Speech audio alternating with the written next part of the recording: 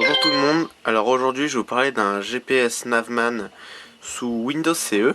Donc ce GPS était unlocké parce qu'au départ il n'était pas prévu pour ça, c'était bien sûr juste un GPS normal. Et donc le unlock installe aussi un programme qui s'appelle FileMan CE2. Voilà. Alors donc ça, voilà, ça installe ça, qui permet de voir les fichiers, de les copier. Donc je peux voir tout. Et donc j'ai deux trucs pour si jamais je veux déplacer un fichier. Par exemple si je veux déplacer capt machin chouette, je fais cut et ici je le paste.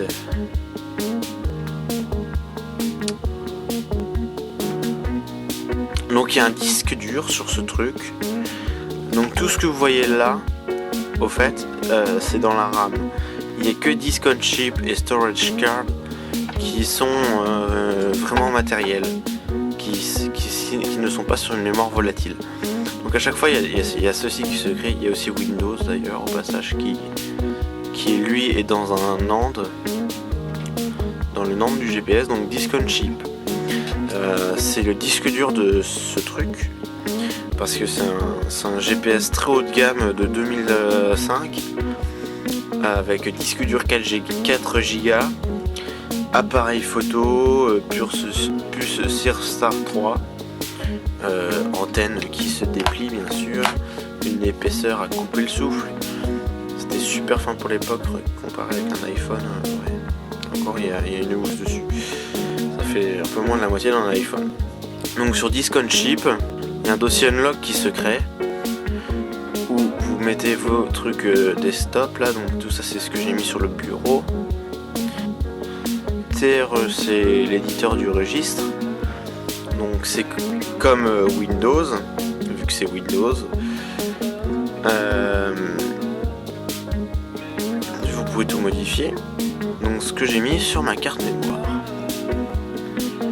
si ça veut bien s'ouvrir, voilà. Alors tout d'abord j'ai installé un pack de DLL avec un petit programme qui s'appelle WinCEsoft, je sais plus trop, GAPI for HPC, qui permet, parce qu'au fait c'est une version très basique de Windows CE et ça permet de pouvoir faire tourner des programmes qui sont normalement pour les PDA qui tournent sous Windows CE. Donc on peut également configurer d'autres trucs. Donc moi j'ai configuré que quand j'ouvre un programme il s'ouvre dans ce sens là comme un PDA, sauf que c'est pas compatible avec FileMan CE2. Alors ici il y a un setup, voilà, vous pouvez choisir l'orientation de l'écran, l'affichage. Je vous recommande pas de trop bidouiller ça par l'affichage. Vous pouvez pour le démarrage des applications, parce que le current display ça va tout faire planter. Du coup là j'utilise une prise casque. C'est un truc, voilà, tout simple pour vous montrer ce que vous pouvez faire avec ce qui s'installe. GAPI Draw Digital.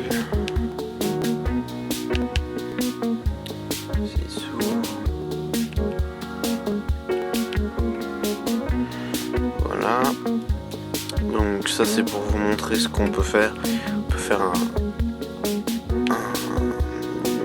faire vraiment des jeux. Et donc il y a quand même pas mal de FPS. Voilà, donc un framerate de 66 FPS. Donc c'est pas rien. GAPI for Voxel. Il me semble que ça c'est le truc pour montrer la 3D. Parce qu'il y a un accélérateur 3D dans les GPS pour les maps en 3D. Et donc là, on peut voir qu'il y a de la 3D. Bon, c'est pas de la 3D très évoluée parce que c'est pixelisé de partout.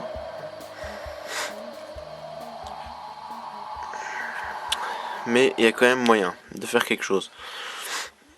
Donc personnellement, je vais pas me casser le cul là-dessus. Alors voilà, la partie assez importante. Alors ça c'est mes documents. Donc Program Files sur la carte mémoire. Donc j'ai installé CapCE qui fait des captures d'écran, DE Clock pour mon réveil, une sorte de VNC pour contrôler le GPS avec un ordinateur, et donc Core Player. Donc Core Player, je vais l'ouvrir, je l'ai renommé Windows Media Player sur le bureau. Et ça c'est pas mal pour lire des films, donc il faut avoir une carte mémoire un peu plus importante, et là c'est vraiment fun. Donc j'ai configuré les touches.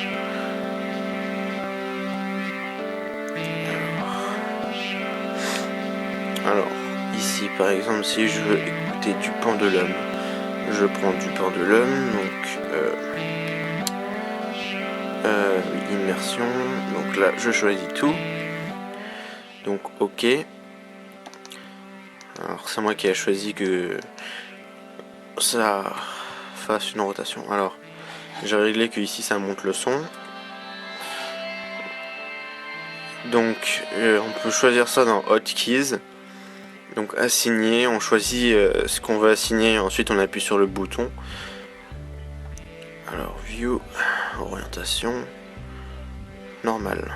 Donc là, voilà, donc là si j'appuie là-dessus, ça met en plein écran. Si j'appuie là-dessus, ça met sur play. Si j'appuie sur le bouton essence, ça va à la musique d'après. Si j'appuie sur le bouton parking, ça va à la musique d'avant.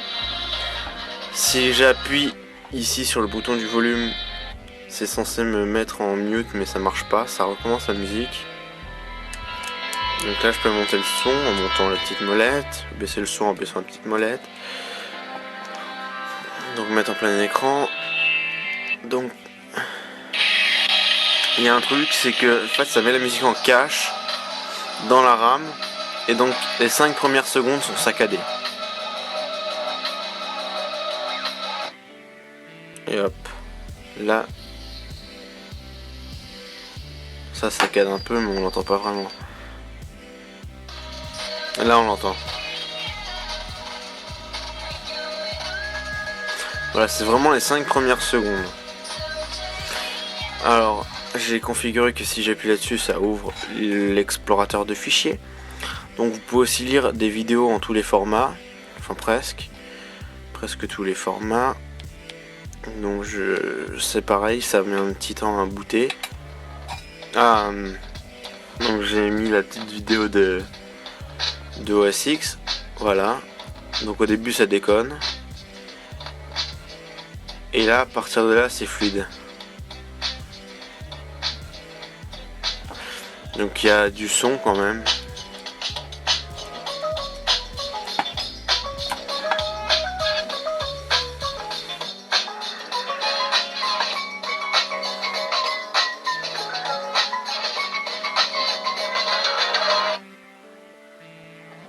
Donc elle recommence toute seule.